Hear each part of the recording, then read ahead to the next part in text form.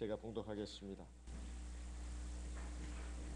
시편 23편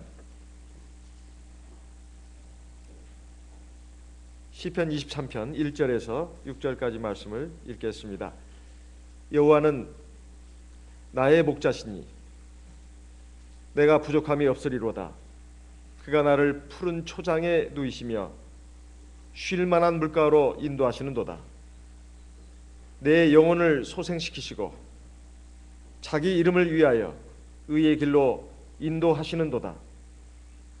내가 사망의 음침한 골짜기로 다닐지라도 해를 두려워하지 않을 것은 주께서 나와 함께 하심이라. 주의 지팡이와 막대기가 나를 안위하시나이다. 주께서 내 원수의 목전에서 내게 상을 베푸시고 기름으로 내 머리에 바르셨으니 내 잔이 넘치나이다. 나의 평생의 선하심과 인자하심이 정녕 나를 따르리니 내가 여호와의 집에 영원히 거하리로다. 아멘. 우리 모두는 이 세상에서 단 하나밖에 없는 생명을 가지고 있습니다. 이 하나밖에 없는 우리의 생명을 가진 인생, 절대로 실패가 없고 후회가 없는 가장 아름다운 삶이 되려면 어떻게 될 것인가? 어떤 삶이 가장 행복하고 아름다운 삶인가? 여기에 대해서 세상의 많은 사람들은 돈을 많이 가져야 된다. 부자가 돼야 된다. 세상에서 지위와 명예를 얻어가지고 소위 말해서 성공한 사람이 돼야 된다. 이런 것을 보통 행복하고 성공적인 인생의 모델로 생각을 합니다. 하지만 하나님의 말씀은 그와 같지 않습니다. 우리가 정말 이 한 번밖에 없는 인생을 실패하지 않고 가장 아름답고 행복한 삶이 되게 하려면 어떻게 해야 될 것인가? 오늘 우리에게 주신 말씀이 그 해답을, 그 열쇠를 제공해 주고 있습니다. 바로 하나님이 나의 목자가 되어야 된다는 것입니다. 그리고 나는 하나님의 양이 되어야 된다는 겁니다. 짐승들 가운데서도 가장 사람 의존적인 짐승이 뭐냐 했을 때 그것은 바로 양입니다.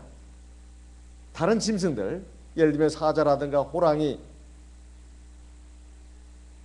그리고 독수리, 이런 맹수들은 자기 생존을 위해서 필요한 무기들을 갖고 있습니다. 날카로운 이빨이라든가 강한 발톱, 또 힘찬 날개, 이런 무기들을 갖고 있어가지고 다른 짐승을 잡아먹거나 아니면 자기의 먹이를 찾아서 생존할 수가 있습니다. 그리고 힘약한 동물들도 마찬가지입니다. 뭐가 강한 뒷발이라든가 말 같은 경우, 그 다음에 토끼 같은 경우는 적의 움직임을 감지할 수 있는 그 좋은 귀를 갖고 있습니다. 그리고 자기를 몸을 보호할 수 있는 보호색을 가진 그런 동물과 곤충도 있습니다. 근데 유독 양만큼은 사람이 보살펴 주지 않으면 생존이 불가능합니다. 맹수로부터 자기를 보호할 수 있는 무기가 없어요. 뭐 강한 발톱이라든가 이빨이라든가 또 멀리 내다볼 수 있는 눈이라든가 또 어디를 빨리 도망칠 수 있는 뭐 빠른 다리라든가 이런 게 없다 이 말입니다. 시력도 굉장히 좋지 않아 가지고 불과 전방 10m 정도까지만 볼 수 있다고 합니다. 10m라면 여기서 저기 뭡니까? 저 시계 정도 있는 데까지가 10m도 안 되나요? 더 넘을 겁니다. 그러니까 아주 가까이 적이 와야 그걸 분별할 수 있다 이 말이에요. 그래서 이 양들은 어디에 푸른 초장이 있는지, 그리고 맑은 시냇물이 있는지 이것을 알 수가 없습니다. 그리고 어디에 함정이 있는지, 그리고 절벽 낭떠러지가 있어가지고 위험한지 이것을 분별할 수가 없습니다.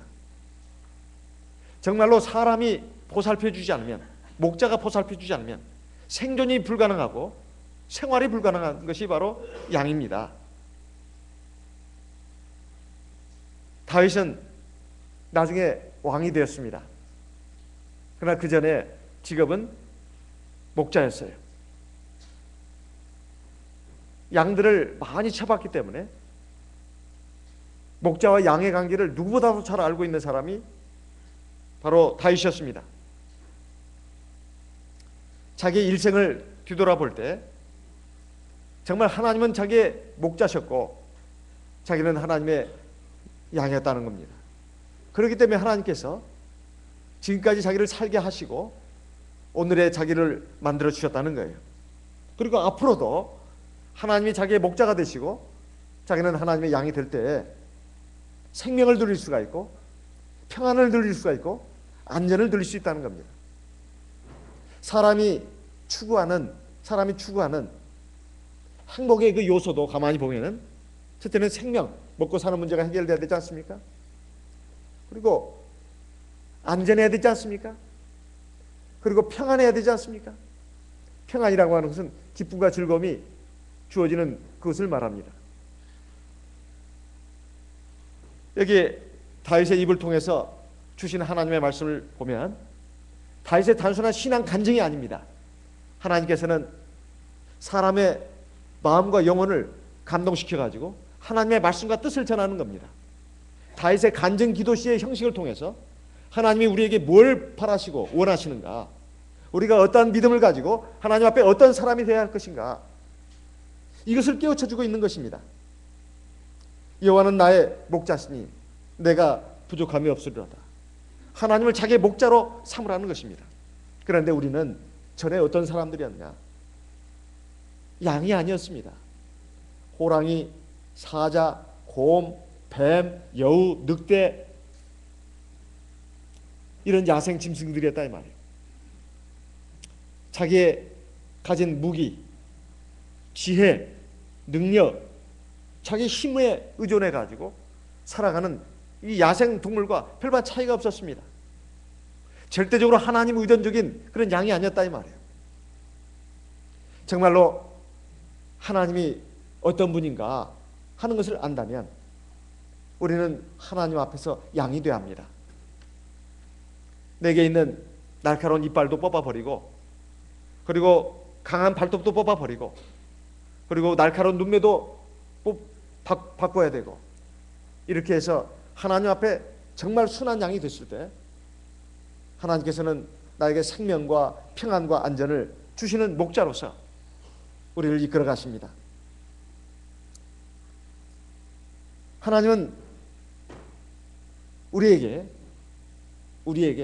단순히 주종관계로서, 상하 복종관계로서의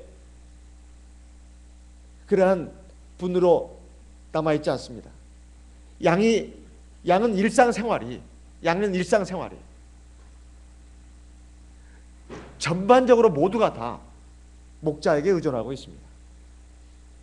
먹고 자고 생활하고 모든 것이 목자에게 다 의존되어 있어요.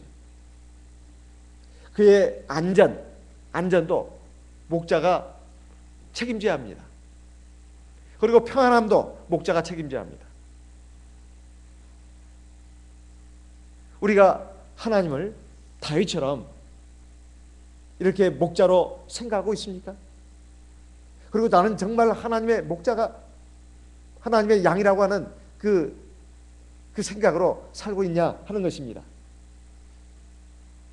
양이 살아남을 수 있는 것은 양이 얼마나 유능하냐 여기에 달려있지 않습니다. 누가 양의 목자냐 여기에 달려 있습니다. 그리고 양에게 목자가 있느냐 없느냐 여기에 달려 있다 이 말이에요. 양이 얼마나 지혜롭고 얼마나 잘났고 똑똑하냐, 여기에 양의 생존, 양의 생활이 좌우되는 것이 아닙니다. 그 양에게 목자가 있느냐 없느냐, 그리고 누가 양의 목자냐, 여기에 달려있다 이 말이에요. 자기가 스스로 자기의 목자가 되고, 나는 목자가 필요 없어, 하나님 필요 없어, 그리고 어떤 부분에 있어서는 하나님을 목자로 인정하면서 어떤 부분에 있어서는 내가 내 목자가 돼가지고 살아간다면, 이것은 완전한 목자이신 하나님과 우리의 관계가 아닙니다. 그 구약의 하나님은 신약 시대에는 사람의 몸을 입고 오신 예수 그리스도로 우리에게 나타났습니다. 예수님께서도 자신과 하나님의 백성들과의 관계를 뭘로 표현하느냐, 양과 목자로 표현했습니다. 요한복음 10장을 보겠습니다. 요한복음 10장, 요한복음 10장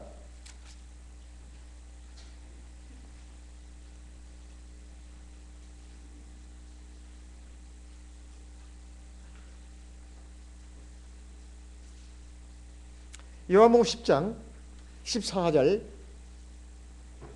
요한복음 10장 14절. 나는 선한 목자라, 내가 내 양을 알고 양도 나를 아는 것이, 아버지께서 나를 아시고 내가 아버지를 아는 것 같으니 나는 양을 위하여 목숨을 버리노라. 16절.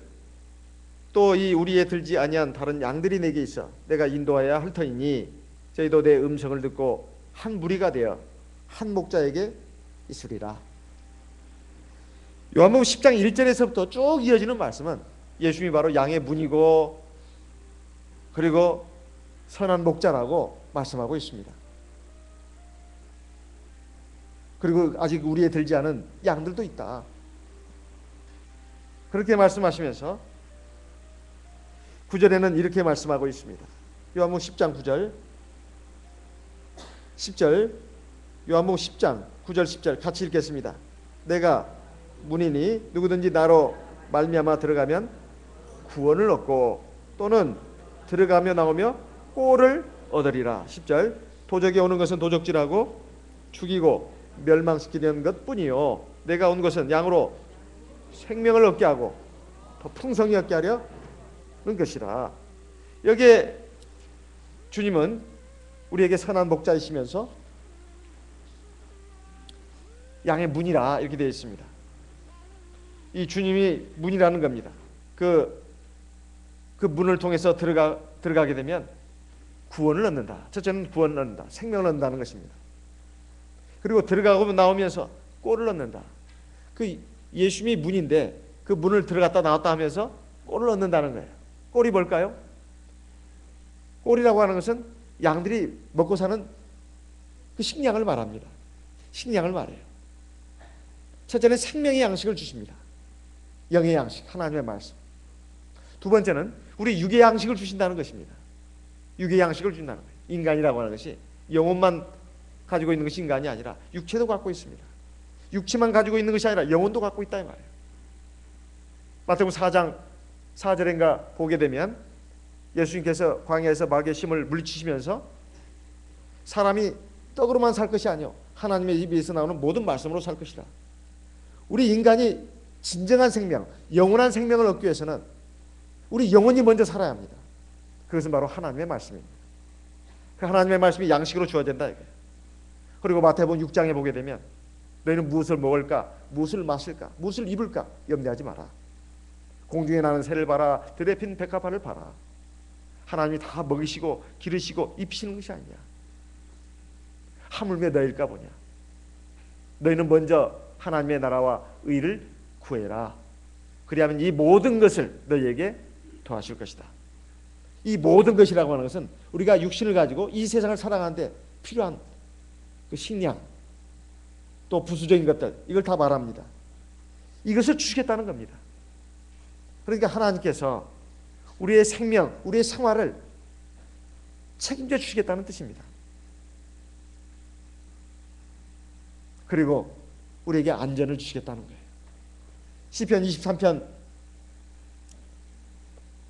1절 2절에 나오는 말씀이 여호와는 나의 목자시니 내가 부족함이 없으리로다. 어떤 면에서 부족함이 없다는 것일까요? 2절에 보니까 그가 나를 푸른 초장에 누이시며 쉴 만한 물가로 인도하시느도다. 양들의 주식은 풀입니다. 푸른 초장에 누이신다는 거예요. 우리에게 영적인 양식, 육적인 양식도 주실 뿐만 아니라 누이시기까지 한다는 것은 아주 평안한 가운데서 생활할 수 있게 해주신다는 거예요. 쉴 만한 물가로 인도하신다고 했습니다. 양들은 얼마나 겁이 많은지 세찬 물결이 흐르는 그 물가에 가서 감히 물을 마시려고 하지 않습니다. 아주 잔잔하고 아주 조용히 흐르는 그 맑은 시내 물가를 찾아서 그 물을 마신다는 거예요. 양들은 그걸 찾을 수가 없습니다. 목자가 인도하는 것이죠. 그런데 팔레스틴 지역, 오늘날의 그 이스라엘 지역을 보게 되면 이런 곳은 굉장히 드물다고 그래요. 광야, 사막 이런 것이 대부분이고 농사를 지을 수 있는 곳은 굉장히 적습니다. 이런 곳에서 맑고 조용히 흐르는 시냇물을 찾는다고 하는 것은 굉장히 어렵다 이 말이에요. 그런데 목자가 그 길로 인도하는데 우리 하나님께서, 우리 주님께서 우리를 그곳으로 인도한다는 겁니다. 그러면 물을 마시는 거예요. 풀만 먹어서 되는 것이 아니죠. 물도 마셔야 되죠.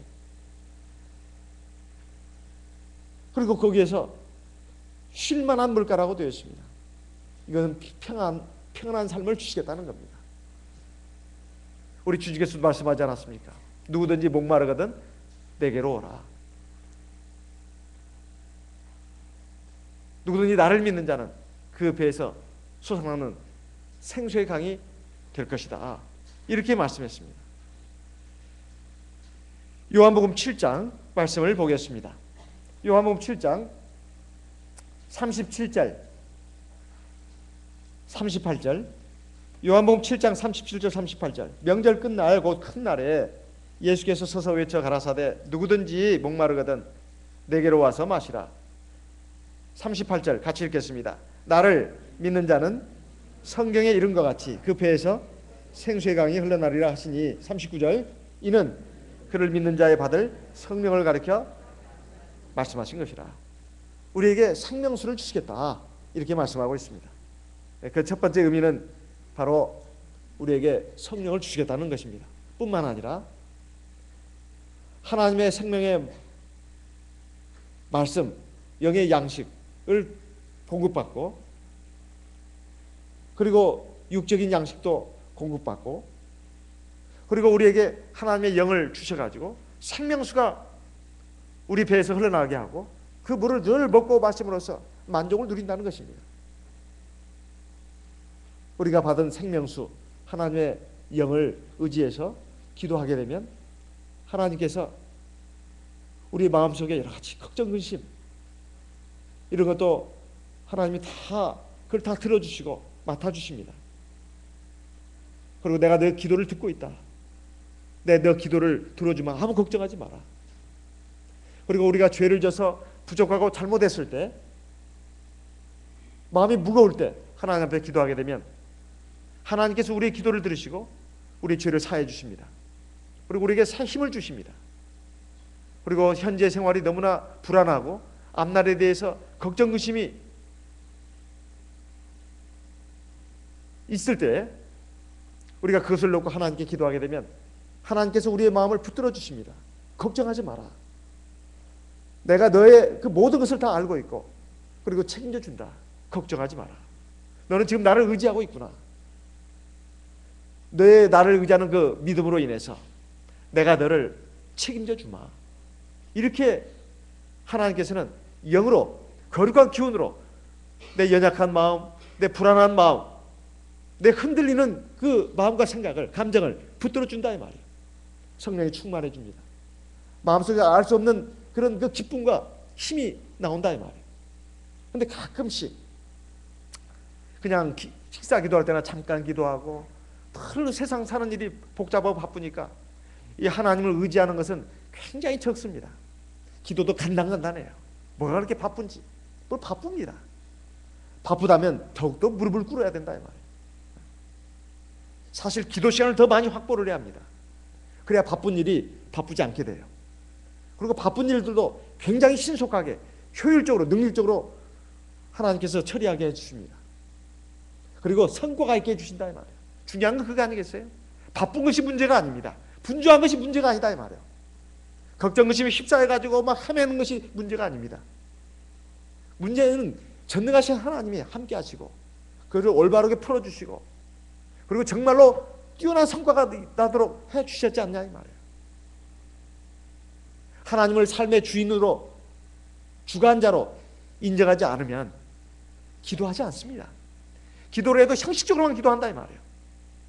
자기 힘을 의지합니다. 또 세상적인 것을 의지한다 이 말이에요. 하나님이 나에게 주신 지혜와 능력도 하나님의 은사입니다. 그리고 나에게 주신 모든 여건도 하나님의 선물입니다. 그렇다 하더라도 하나님을 의지하지 않고 그것들만 의지하고 나간다면 하나님이 얼마나 목자로서 우리 삶을 주관하시고 인도하시겠습니까? 그래서 우리가 정말로 하나님을 의지하고 하나님 앞에 기도한다면 하나님이 나를 정말 쉴만한 물가로 인도하시는 것을 체험할 수가 있습니다. 이게 바로 목자와 양의 관계입니다. 양은 전적인 생활을 목자에게 의존하고 있고 목자는 양의 모든 전반적인 것을 다 책임지고 관리하고 인도하고 있습니다. 하나님과 우리와의 관계가 주 예수 그리스도와 나의 관계가 이런 관계가 돼야 된다 이 말입니다. 그래야 푸른 초장으로 인도함을 받고 쉴만한 물가로 인도함을 받는 것입니다. 이렇게 하시는 목적이 뭘까요? 3절에 보면 내 영혼을 소생시키시고 자기 이름을 위하여 의의 길로 인도하시기 위해서입니다. 우리가 살아가면서 사실 영육간에 지쳐가지고 마음속에 고통이 있고 근심이 있고 삶의 어떤 기쁨과 만족이 사라지는 경우가 많이 있습니다. 사실 육신이 문제가 아닙니다. 우리의 마음과 영혼이 문제지요. 지금 먹는 거, 하루 세끼 먹는 거, 잠자는 거, 그것이 문제가 있어가지고 지금 내가 이렇게 걱정하고 근심하고 마음에 기쁨도 없고 즐거움도 없고 만족도 없고 앞날에 대한 어떤 희망도 없는 것이 아닙니다. 우리 영혼이 힘을 잃었기 때문에 그렇다 이 말이에요. 그 영혼을 소생시켜 준다는 것입니다. 하나님께서 우리에게 삶의 의미, 목적도 일깨워 주시고 그리고 살아갈 수 있는 어떤 힘도 주신다 이런 말씀입니다. 그것이 내 영혼을 소생시키는 것입니다. 내가 하나님을 목자로 삼고 내가 그의 양이 될 때 하나님께서 그렇게 인도하신다는 겁니다. 두 번째, 이것은 이미 죄악 가운데 있는 세상 사람들 뿐만 아니라 하나님의 백성이 되긴 됐는데 믿음 생활을 거의 안 합니다. 시원치 않다 이 말이에요. 교회는 나오긴 나와도 이건 형식적이다 이 말이에요. 그리고 자기 소욕대로 살다 보니까 이제도 짓고 저제도 짓고 그래가지고 하나님 앞에서 영혼의 어떤 힘을 잃어버렸어요. 그랬을 때 하나님께서는 이리저리 역사하십니다. 그래가지고 그를 깨우쳐 주시고 그를 붙들어 주시고 그 영혼을 소생시켜 주신다 이 말이에요. 그것이 하나님께서 자기 백성들을 향한 그 뜻이고 자기 백성들을 어떻게 인도하시는가를 우리에게 알려주시는 것입니다.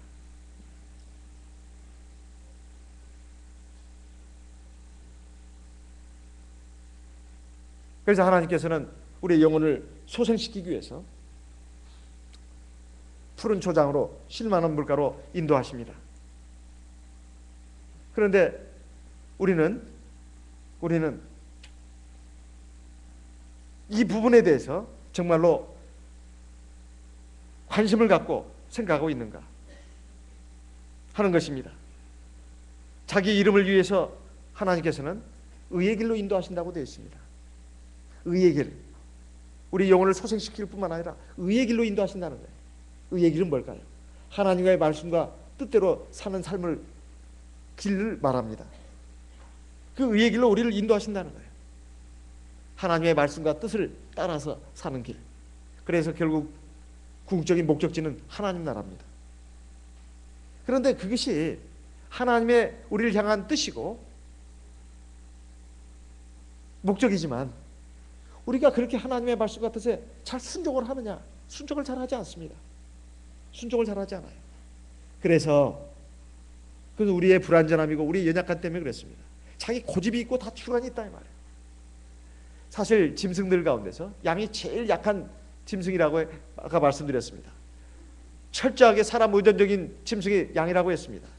그런데 양을 보게 되면 굉장히 고집이 세다는 거예요. 말을 안 듣는다는 거예요. 순하긴 순한데 말을 안 들어. 이사야 53장에 보면 그래서 하나님께서 이스라엘 백성들, 자기 백성들이 어떻게 했는가를 어떻게 표현했느냐 하면은 이렇게 표현했습니다. 이사야 53장을 보겠습니다. 이사야 53장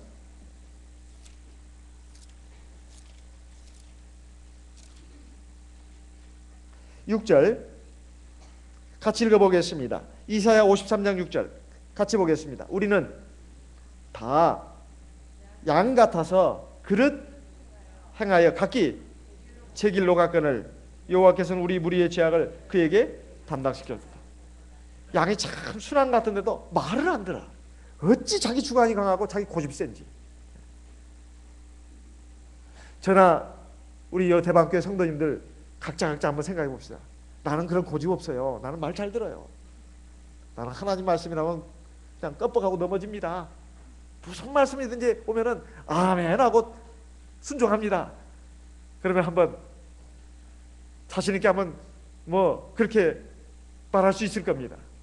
그렇지만은 그런 사람이 도대체 얼마나 있을까요? 자기 딴에는 말 잘 듣는 것 같은데 하나님의 눈으로 봤을 때는 아닌데, 이런 경우가 얼마나 많냐 이 말이에요. 시편에 보면 이스라엘 백성들의 그 행태에 대해서, 과거 행태에 대해서 이렇게 말씀하고 있습니다. 시편 78편을 보겠습니다. 시편 78편, 시편 78편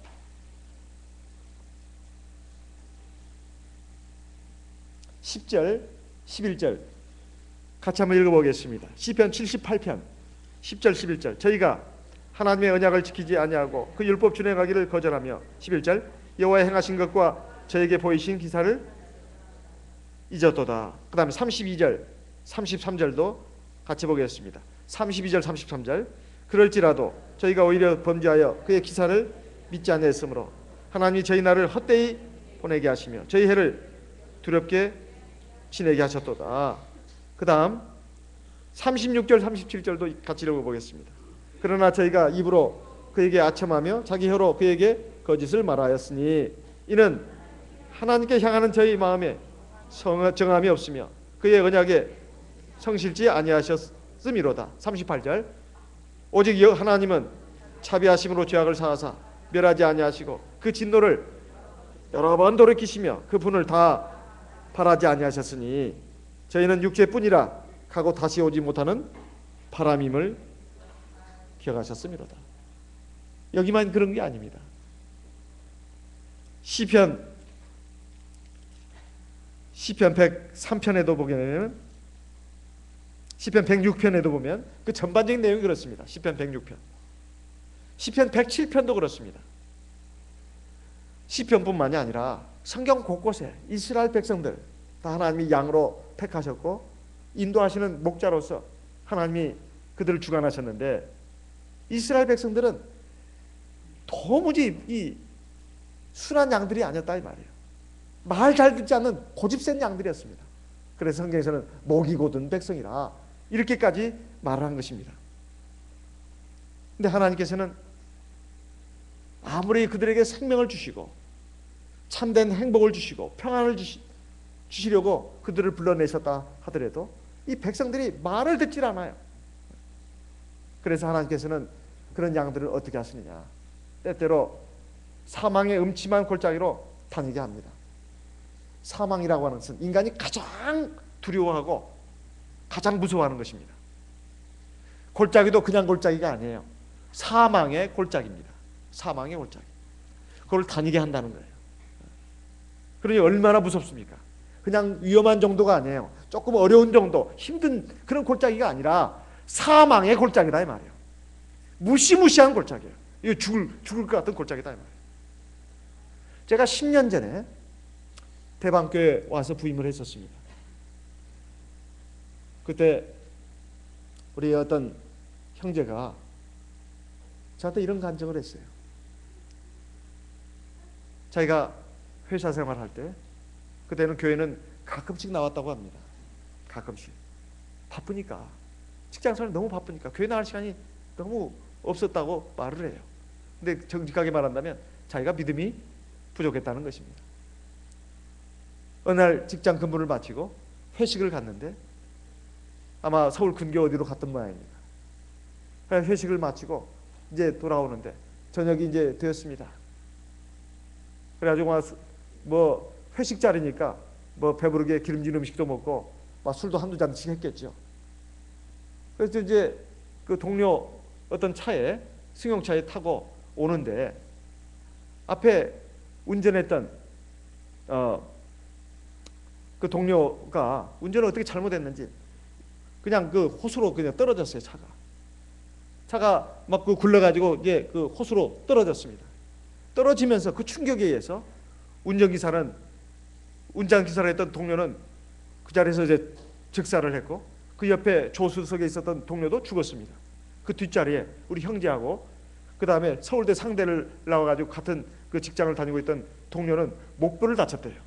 목뼈를 다쳐가지고 움직일 수가 없는 겁니다. 그래도 다치지 않고 목숨이 붙어 있고 살아있는 사람은 우리 형제밖에 없었어요. 물속에 들어가는 순간 내가 이제 죽는구나. 이제 차 안으로 막 물이 막 밀려 들어오는 겁니다. 깊은 호수로 떨어진 거예요. 그것도 이제 어두운 그 밤에 호수 속으로 그 차가 들어갔으니 어떻게 하겠습니까? 이제 점점점 그 자기가 탄 승용차는 물속을 향해서 들어가고 있는 거예요. 물은 막 들어옵니다.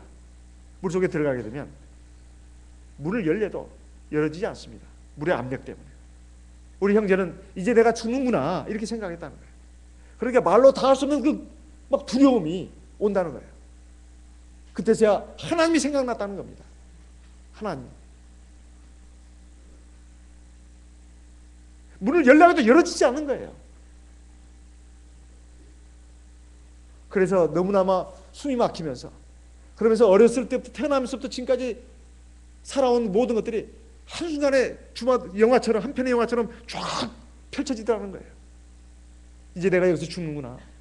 아내도 생각이 나고 자식들도 생각이 나더라는 겁니다. 내가 여기서 죽으면 나는 어떡하나. 나 지금 하나님 나라 들어갈 그 지금 준비도 안 됐는데.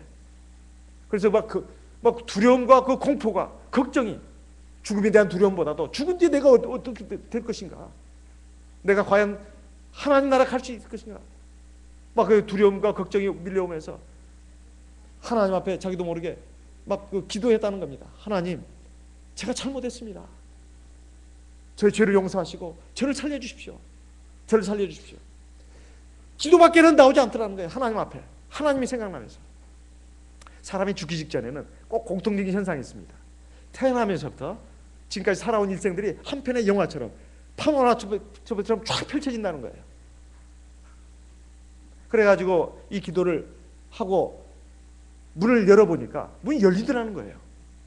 그래가지고 보니까 옆에 자기 동료는 서울대 상대를 나온 그 동료는 목뼈를 다쳐가지고 움직일 수가 없고 숨은 붙어 있습니다.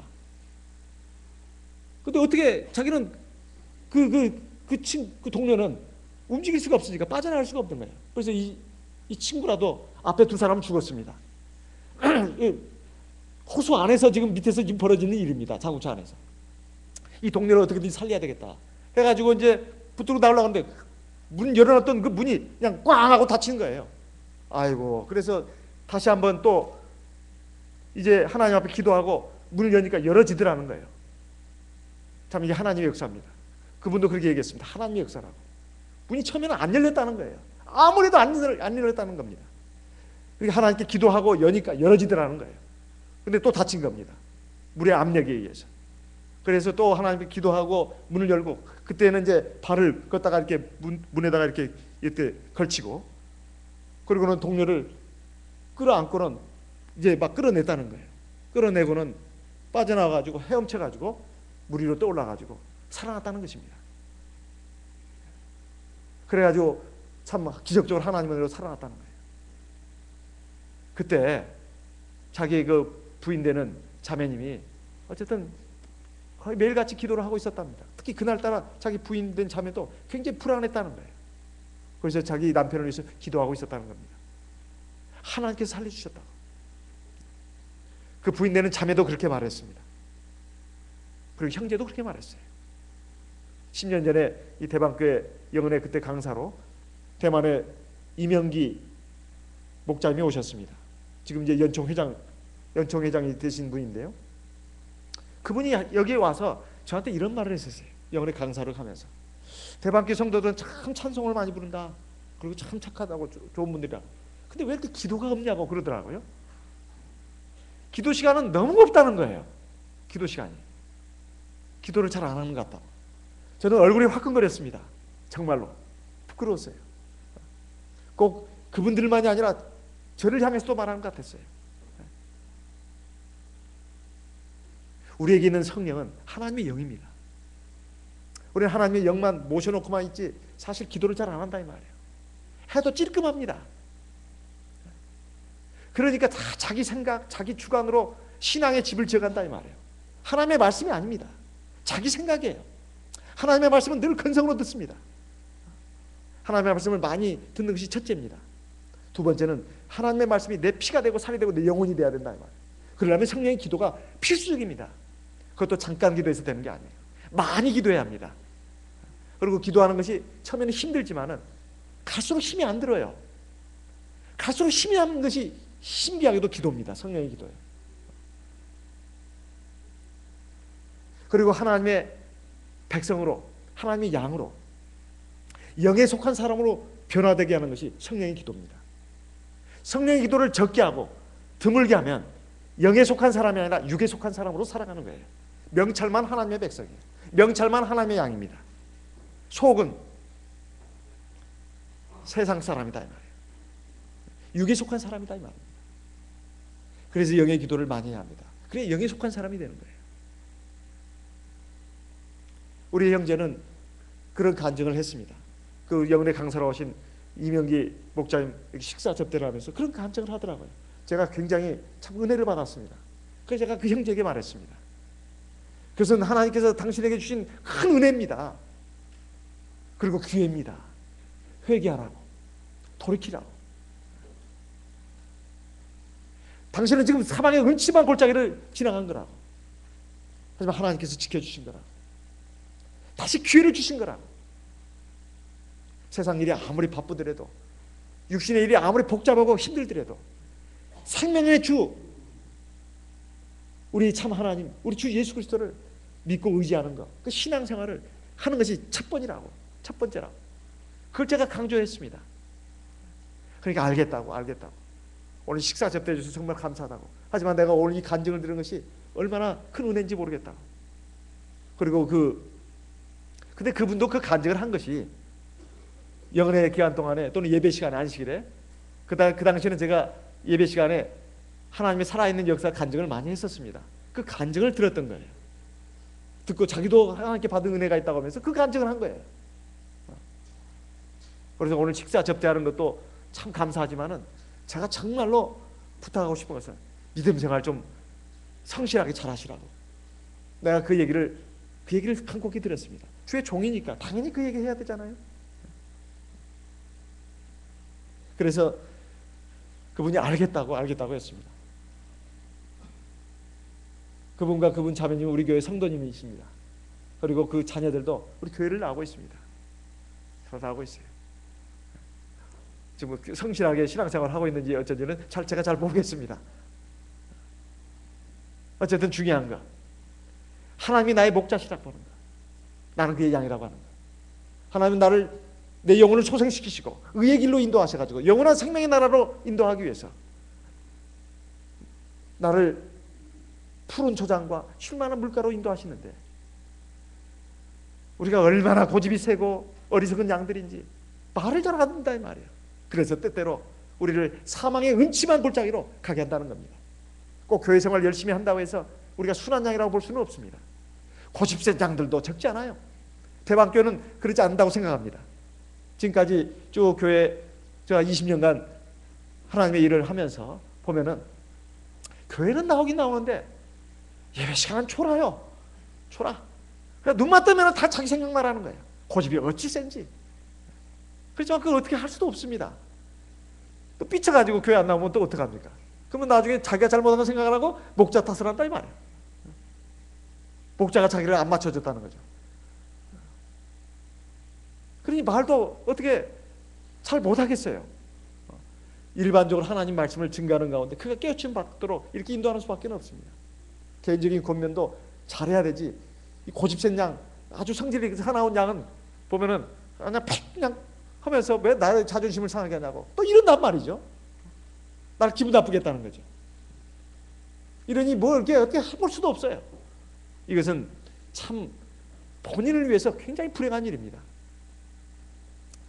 그렇지만 어디 신도들 뿐이겠습니까? 저도 하나님 앞에서는 또 양 아니겠습니까? 나도 혹시 저런 면이 혹시 없지 않나 이렇게 생각을 해봅니다. 나도 저런 면이 없지 않나. 우리가 모두가 다 하나님 앞에서 양들입니다. 하나님은 목자장이시고 저는 이제 목동으로 해서 지금 이 자리에 섰습니다. 하나님과 나의 관계는 또 저도 양이다 이 말이에요. 하나님께서 다윗을 목자로 세우셨습니다. 이스라엘 주권자로 세웠어요. 하지만 하나님 앞에서는 자기도 양이다 이 말이에요. 하나님께서 정말 우리의 생명을 위해서 우리의 완전한 행복을 위해서 우리를 이렇게 인도하시는데 어찌 우리는 그것을 잘 깨닫지 못할까요? 하지만 하나님은 인자하시고 자비로우신 하나님이십니다. 오래오래 참으신다 이 말이에요. 우리의 죄과를 따라 처치하지 않으시는 분입니다. 우리가 그 하나님의 긍휼의 풍성함, 그 인자하심을 갖다가 깊이 깨달아야 합니다. 그래야 내가 아직도 이렇게 다듬어지지 않고 문제도 많음에도 불구하고 하나님이 나를 오래오래 참아주시고 나를 인자와 긍휼로 붙들어 가시는구나 이걸 아는 순간 안다면 하나님 앞에 감격해서 더 하나님 앞에 내가 더 바른 모습 아름다운 신앙으로 서려고 애를 씁니다. 그러면 하나님이 나에게 또 힘을 주십니다. 지혜를 주신다 이 말이에요. 그것이 상승작용을 일으킨다 이 말입니다. 신앙면에 있어서나 성품면에 있어서나 행위면에 있어서도 더 온전하고 더 아름다운 모습으로 나갈 수 있도록 도와주십니다. 꼭 내 힘만 가지고 되는 게 아니에요. 억지로 되는 게 아닙니다. 중요한 건 신앙이에요. 신앙입니다.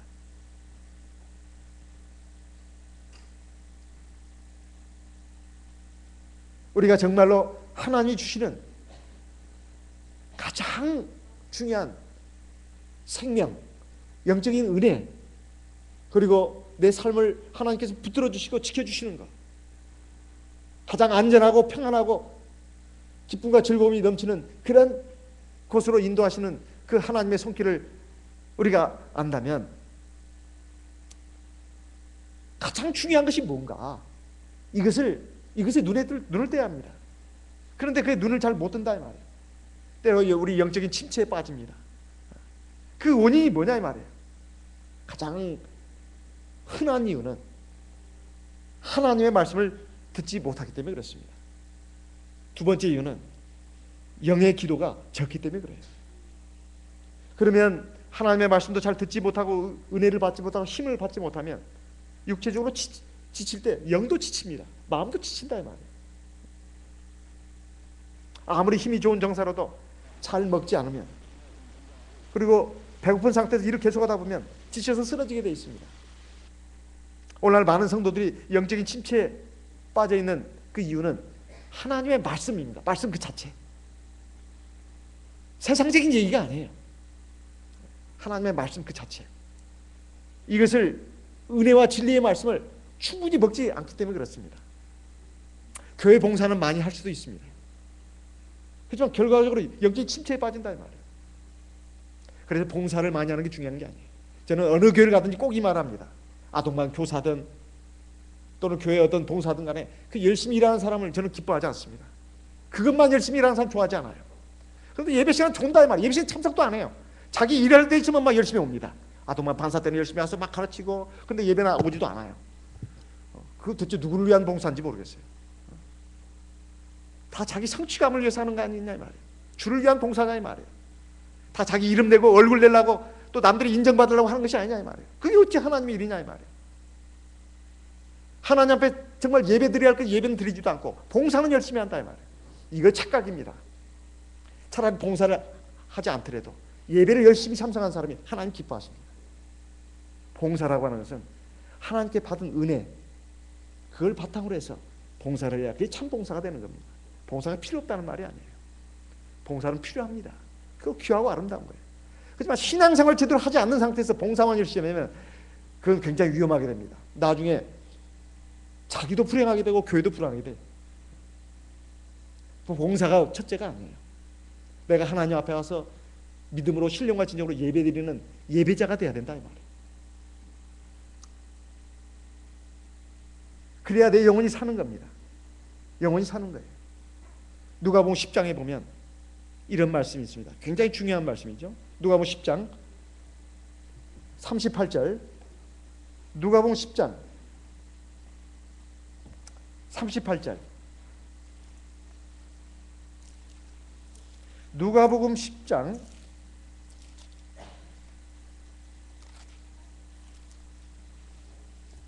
38절에 보게 되면 마르다와 마리아에게 나옵니다. 이거 우리가 잘 아는 얘기죠.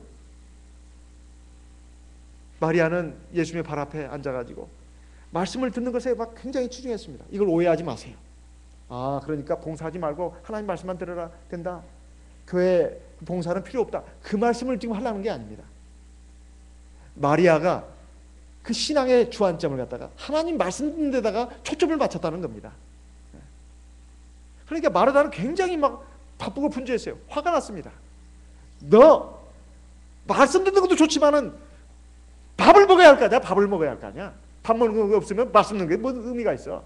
이러면서 막 화를 막 내고 그 주님 앞에 막 동생 좀 야단 좀 쳐주라고 얘기했습니다. 왜 저렇게 말씀은 말씀만 또 막 먹고 있지? 와서 밥을 안 하냐? 뒤에 손님들도 많이 왔고 말이지. 그래도 먹어야 말씀도 듣는 것이지. 먹는 것이 안 되면 어떻게 말씀 듣냐? 마르다의 말도 틀린 말은 아닙니다. 근데 여기서 주안점은 뭐냐? 하나님 말씀 듣는 것이 첫째다 이 말이에요. 그리고 먹는 것은 보조입니다. 예수께서 참으로 지혜로운 말씀을 하셨습니다. 41절 42절. 자, 눈을 크게 뜨시고, 눈을 크게 떼야 합니다. 크게 뜨시고 큰 소리로 한번 읽어보시기 바랍니다. 누가복음 10장 41절 42절 같이 읽겠습니다. 주께서 대답하여 가라사대 마르다야 마르다야 네가 많은 일로 염려하고 근심하나. 42절. 그러나 몇 가지만 하든지 혹 한 가지만이라도 족하니라. 마리아는 이 좋은 편을 택하였으니 빼앗기지 아니하리라. 첫째, 하나님 말씀 듣는 것을 최고로 알아야 된다. 첫째로 알아야 된다. 두 번째, 봉사가 필요 없다는 말이 아니라 봉사도 필요하다. 필요하지만은 여러 가지 하면 안 됩니다. 몇 가지만 해야 돼요. 그리고 한 가지만 하는 것도 괜찮습니다. 하나님 말씀 듣는 것은 제쳐놓고 막 봉사를 많이 하고 그래서 안 된다. 그래서 저는 우리 교회에서 가령 애창 같은 것도 그렇습니다. 반찬을 많이 하는 거 교회에서 그걸 너무 기대해서는 안 된다 이 말이에요. 그러면 거기에다 시간을 많이 써야 됩니다. 많이 써야 된다.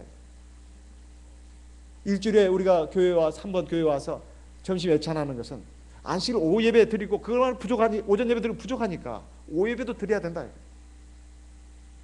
세상에서 우리가 엿새 동안 살았으니까 적어도 안식일만큼 하나님의 영의 양식도 많이 먹고 영의 기도를 많이 해야 되는 그 날다 이 말이에요. 그래서 중간에 애찬을 하는 겁니다. 두 번째, 성도들 간의 사랑의 교제를 나누기 위해서. 그런데 만약 이것이 주객이 전도된다면 음식 준비하느라고 그냥 시간이 나간다 이 말이에요. 그래서 간단히 먹는 게 좋습니다. 사실은 간단히 먹는 게 좋아요. 간단히. 그것은 제가 국수를 먹자 밥을 먹자 그 말이 아닙니다. 국수를 먹든 밥을 먹든 간단해야 된다. 시간도 절약이 돼야 합니다. 반찬을 하더라도 저는 이제 지방의 요즘 그 작은 교회들에서 심의해 봤습니다. 반찬을 많이 하지 말라고 말합니다. 직무에서 그 의논까지 했어요. 3가지 이상을 넘지 않도록. 지방에서는요 자기 돈을 자기가 냅니다. 식사 당번들이. 서로 경쟁이 붙었어요. 어떤 당번이 할 때는 반찬이 많이 나오니까 막 맛있다고 그러고 칭찬하고, 어떤 분은 반찬이 적게 나오니까 그러니까 막 불평을 한다 이 말이에요. 그러니까 이게 안 되겠다 해서 그 반찬비도 교회에서 지원해 주기로 했습니다. 그리고 그 최소한만 지원해 주는 거예요. 반찬은 3가지 이하, 국까지 포함해서. 그 다음부터는 굉장히 분위기가 좋아졌어요. 그 다음에는 반찬을 많이 한 분들은 사실 부담이 됐던 겁니다. 돈의 부담이. 그리고 많이 더 잘하려고 보다 보니까 거기에 신경이 써가지고 식사당만 내면 뭐 불안 증세가 온다 이 말이에요. 뭣도 모르고 먹는 신도들은 좋죠. 맛있으니까, 많으니까 눈이 휘둥그레지고. 잘 먹는 것은 집에서 잘 드시기 바랍니다. 교회 와서는 그 먹으려고 오는 것은 아니다 이 말이에요. 먹는 것도 중요합니다. 하지만 먹는 것이 첫째가 아니다 이 말이에요. 하나님 말씀 먹는 것이 첫째입니다. 그렇습니까? 안 그렇습니까? 아멘이죠. 이것은 제가 아니고 누가 와서 말해도 마찬가지예요. 주님도 여기서 그렇게 말씀하십니다. 많은 반찬이 필요 없다 이 말이에요. 몇 가지만 하라 이거예요. 그래 하나만 있어도 된다 이 말이에요. 하나만 있어도. 그렇다 하더라도 하나님 말씀 듣는 것이 첫째다 이 말입니다. 애찬뿐만이 아닙니다. 교회 일도 그렇다 이 말이에요. 모든 일들이 이게 다 유기적으로 결합돼 가지고 하나님의 성업이 이루어집니다. 다 중요한 일들이고 다 필요한 일들입니다. 하지만 그것이 첫째가 아니다 이 말입니다. 첫째는 하나님 앞에 내가 생명의 말씀을 먹는 것이고 내 영혼이 소생되는 겁니다. 내 영혼이 사는 것이다 이 말이에요. 근데 주는 어디로 가 날아가 버리고 객만 남아가지고 체육대회 한다 또는 뭐 소풍 간다, 그거 다 중요한 일들입니다. 하지만 이게 첫째가 이게 빈약하면 이것은 의미가 없는 것이다 이 말이에요. 저는 교회에서 소풍 가는 거, 체육대회 하는 거 다 아름다운 일이라고 생각합니다. 하지만 이 핵심은 빠져버린다면 그것은 정말로 위험한 일이 될 수 있다 이 말이에요. 삼손이 자꾸 비정상적인 생활을 하다 보니까 그렇게 힘이 셌던 삼손도 결국 나중엔 두 눈이 뽑히고 결국은 그런 비참한 노예 지경으로 들어갔을 때 자기의 죄악을 깨달았습니다. 아무리 성령이 충만하고 그 힘이 센 그런 장사를 할지라도 그건 하나님이 주신 능력이었죠. 하나님 말씀과 성령의 기도에 창념하지 않게 되면 나중에 머리털이 뽑히고 힘을 잃어버리게 됩니다. 머리카락이 잘렸다는 것은 영적인 힘을 잃었다는 거예요. 우리가 세상에서 이런 일 저런 일로 살기도 바쁘고 복잡하다 하더라도 하나님을 경외하고 의지하는 것이 하나님의 양된 백성들로서의 올바른 모습이 되어야 됩니다. 그러면 하나님께서 우리에게 지혜도 주시고 능력도 주십니다. 그렇게 해서 우리를 인도하시는데 우리가 의도하지 않아도 호랑이, 사자, 뱀, 늑대, 여우 이런 짐승들이 막 우리에게 다가옵니다. 그럼 어떻게 하느냐? 하나님 믿고 의지하는 백성들은 하나님께서 주의 지팡이와 막대기로 우리를 보살피시고 우리에게 오는 그 적들을 물리쳐 주십니다. 마귀의 시험을 물리쳐 주신다 이 말이에요. 여기에 보게 되면 시편 23편 4절 후반부에 주께서 나와 함께 하심이라 사망의 음침한 골짜기를 갈지라도 우리가 두려워하지 말아야 된다는 거예요. 하나님이 우리를 지켜주신다는 겁니다. 보호해 주신다는 거예요. 우리가 하나님을 경외하고 의지한다면. 지팡이는 양들이 잘못된 길을 갈 때 이렇게 길을 안내하는 것입니다. 그리고 막대기는 맹수들이 양들을 공격할 때 그를 물리치는 도구로 쓰는 무기입니다. 하나님께서 우리의 인도자가 되시고 우리의 보호자가 되신다는 뜻입니다. 그래서 결국 우리가 이 세상의 영적인 싸움에서 승리하게 만드십니다. 5절을 보면 주께서 내 원수의 목전에서 내게 상을 베푸시고 기름으로 내 머리에 바르셨으니 내 잔이 넘치나이다. 보통 전투에서 승리한 사람들은 포로들을 붙들어 매놓고 거기서 잔치를 벌입니다. 이것을 지금 염두에 두고 하신 말씀입니다. 나를 무너뜨리려고 하는 원수 마귀, 어떤 사건, 어떤 사람 있다 할지라도 내가 진정 하나님을 경외하고 하나님을 의지하고 나간다면 하나님께서 나를 승리자로 만들어 주십니다. 그 원수들 앞에서 나에게 상을 베풀어 주신다 이 말이에요. 그리고 기름으로 내 머리에 바르신다는 것은 기름은 존귀한 사람, 왕이나 선지자나 제사장에게 쓰는 그런 용도로 쓰는 그 도구입니다. 이것을 내 머리에 발라주신다는 거예요. 나를 아주 존귀하게 만들어주신다는 뜻입니다. 그리고 내 잔이 넘친다고 하는 것은, 잔이라고 하는 것은 사람마다 주어진 분복, 분깃을 말합니다. 하나님 주신 복, 분복, 나눠주신 복, 그릇, 이걸 넘치게 해준다는 거예요. 아, 정말 하나님, 나 살만납니다, 인생. 그리고 한평생의 내 인생이 정말로 기쁨과 감사와 환희에 넘치는 삶이었습니다. 하나님 이렇게 만들어 주신다는 거예요. 아주 만족스럽게 해준다는 겁니다. 내게 주신 복보다 더 넘치게 해준다는 거예요. 기름도 그냥 조금 부어주는 게 아니에요. 철철철철 넘치게 해준다는 거예요. 옛날부터 기름은 굉장히 귀한 거 아닙니까? 참기름, 들기름 다 귀한 거 아니에요? 그래서 너무 귀하다 보니까 조금씩 없었잖아요. 넘치게 부어주신다는 거예요. 6절에 보면 하나님께서 우리의 평생을 어떻게 이끌어 가시는가, 이것을 말씀하고 있고 자기의 각오를 말하고 있습니다. 나의 평생의 선하심과 인자하심이 정녕 나를 따르리라. 선하심이라는 것은 하나님이 나를 완전한 생명의 길, 의의 길, 진리의 길로 인도하시는 선한 섭리가 있다는 것입니다. 인자하심은 뭘까요? 그럼에도 불구하고 우리는 어리석고 교만하고 악해가지고 게으르고 악해서 하나님 말씀 앞에 잘 순종을 안 한다 이 말이에요. 순뜻 세월이 가고 시간이 가야 겨우겨우 말을 듣는 백성이 된다 이 말이에요. 그래서 하나님이 오래오래 참아주신다는 겁니다. 하나님의 인자심과 긍휼을 말하는 거예요. 그때 하나 이자듯이 나를 때려잡는 것이 아니라 웬만한 것은 그냥 하나님이 눈 감아주시는 거예요. 아직 철이 없어서 좀 시간이 지나야 되겠지. 기다려주신다는 거예요. 그게 인자입니다. 하나님의 선하심과 인자심이 우리와 함께 하신다는 거예요. 그러니까 우리가 어떻게 해야 되겠는가? 다윗의 입을 통해서 우리에게 지금 하나님이 말씀하십니다. 같이 읽어봅시다. 내가 여호와의 집에 영원히 가리로다. 하나님의 집에 내가 영원히 있겠다, 이런 말입니다. 교회만 하나님의 집이 아닙니다. 우리 집도 하나님의 집이 되어야 합니다. 하나님을 모신 하나님의 집이 되어야 된다 말이에요. 하나님을 목자로 삼고 하나님을 의지하면서 하나님을 따라서 나가는 하나님의 백성은 하나님의 양입니다. 하나님께서 그를 푸른 초장과 실만한 물가로 인도하시고 우리 영혼을 소생시키시고 그리고 하나님의 이름을 위해서 의의 길로 인도하십니다. 때때로 사망의 음침한 골짜기로 다닐지라도 하나님께서 지켜주셔가지고 그걸 이기게 하십니다. 또 원수와의 전쟁에서도 이기게 하십니다. 그리고 나를 승리자로 우뚝 세워주십니다. 나의 평생에 있을 하나님의 인자하심, 선하심을 우리가 절대로 잊어서는 안 되겠습니다. 우리 하나님을 의지하면서 우리 하나님의 집에서 하나님의 백성다운 백성, 자녀다운 자녀, 하나님의 양다운 양으로 우리가 살아갈 수 있도록 우리 하나님의 도우심을 구하는 저와 여러분이 되어야 되겠습니다. 우리 다 같이 묵도하겠습니다.